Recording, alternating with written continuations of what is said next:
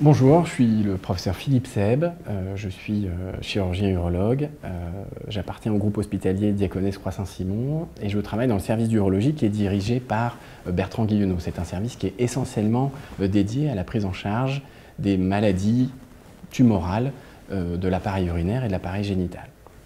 Donc, je suis membre du conseil scientifique de l'APREC et c'est à ce titre que je vais vous exposer aujourd'hui les principales nouveautés concernant la prise en charge du cancer de la prostate.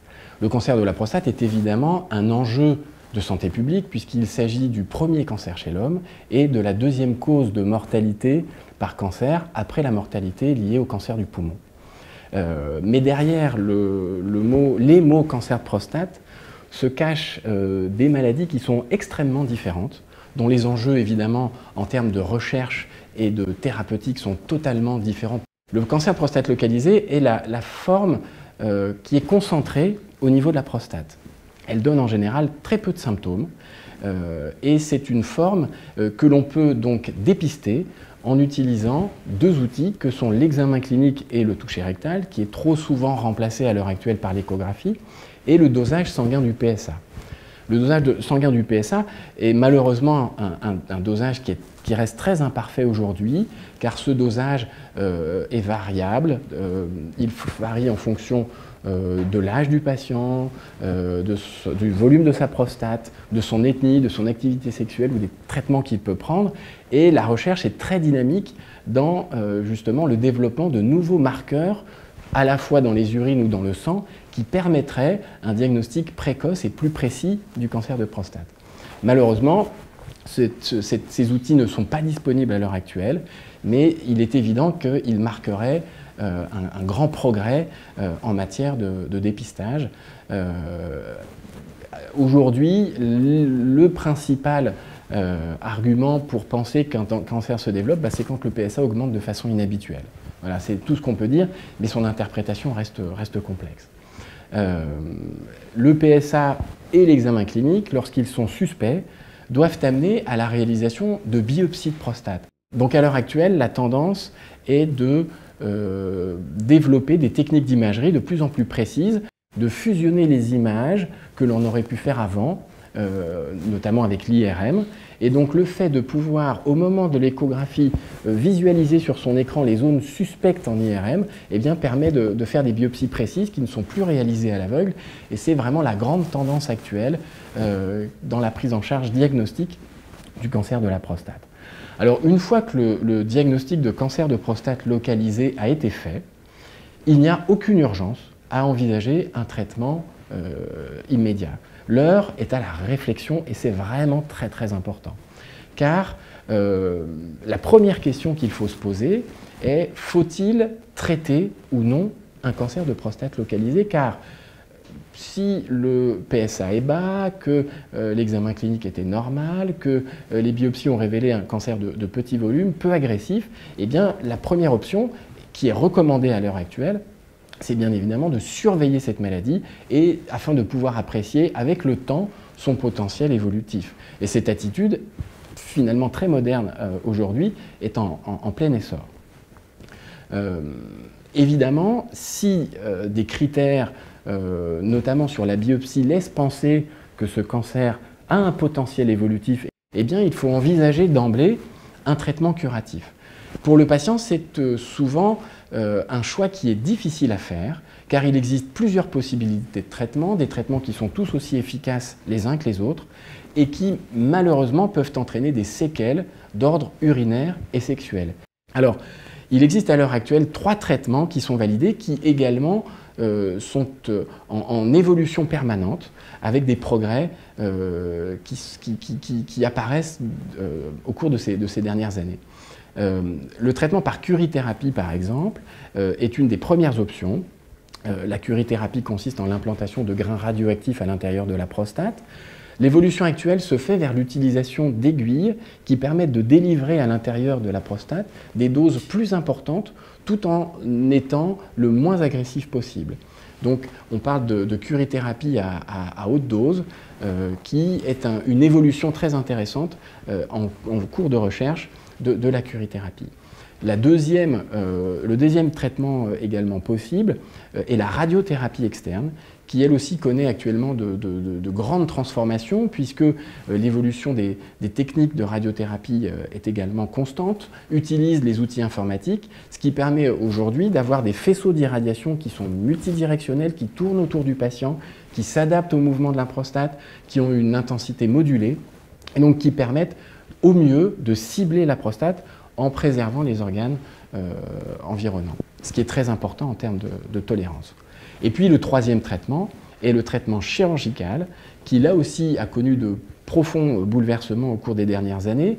Initialement, la chirurgie classique ouverte était le traitement de référence, il le reste encore aujourd'hui, mais d'autres techniques sont apparues, et plus récemment les techniques de laparoscopie robotisée, qui permettent aujourd'hui d'obtenir des résultats équivalents. Ce qui reste, encore une fois, et c'est un message important, le plus important en matière de chirurgie, c'est l'expérience du chirurgien, quelle que soit la technique qu'il utilise. La deuxième forme de cancer de prostate est la forme métastatique, qui, vous le comprendrez, peut être la forme potentiellement mortelle de ce cancer. C'est donc dans ce domaine que la recherche a été particulièrement active au cours des dernières années. Le cancer de prostate métastatique est un cancer de prostate où les cellules cancéreuses ont quitté la prostate pour migrer vers d'autres organes, qui peuvent être les ganglions ou plus fréquemment les os.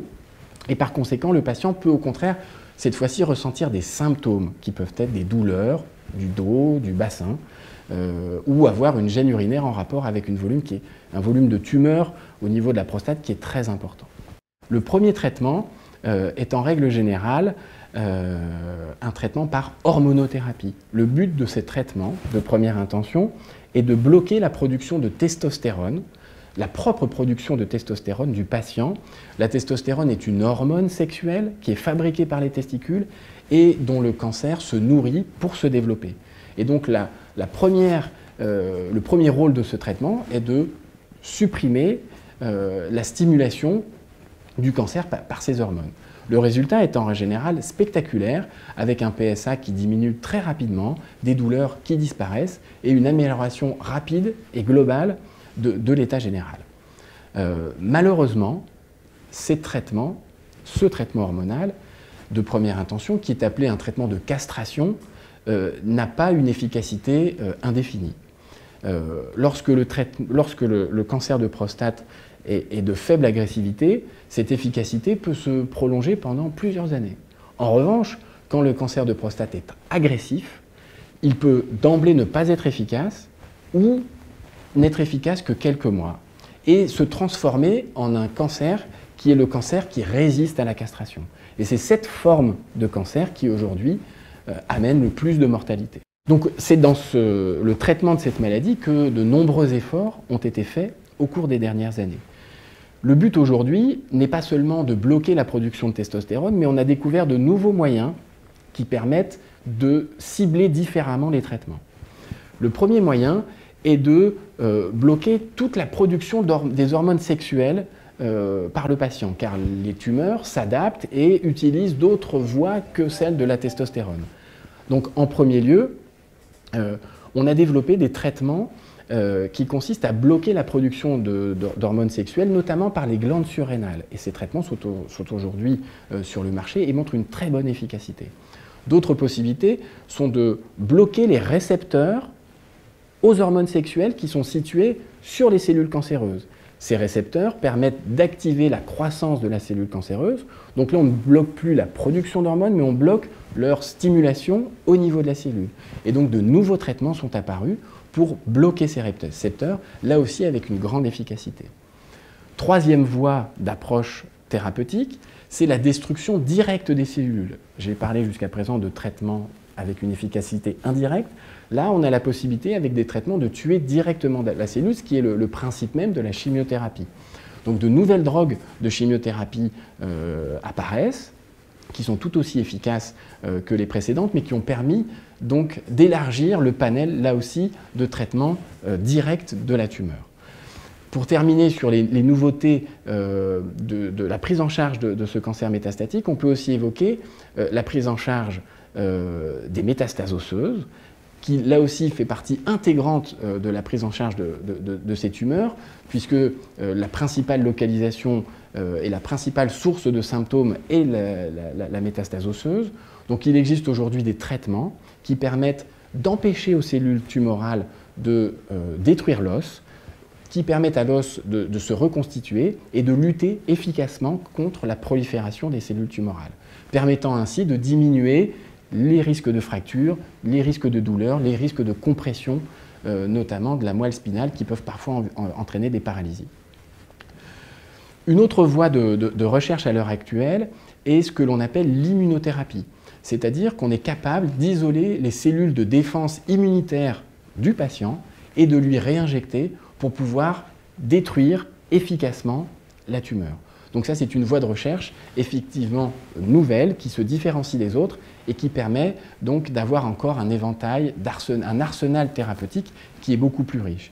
Donc vous comprendrez, au cours des dernières années, on a l'apparition d'un arsenal thérapeutique qui est très important. L'enjeu aujourd'hui va être de savoir quelle séquence de traitement il faut maintenant réaliser, quelle association de ces traitements qui ont des cibles différentes il faut maintenant réaliser. Et donc là, la recherche clinique a un rôle très important, puisqu'elle doit permettre de répondre à toutes ces questions permettant d'optimiser les résultats très prometteurs de tous ces nouveaux traitements.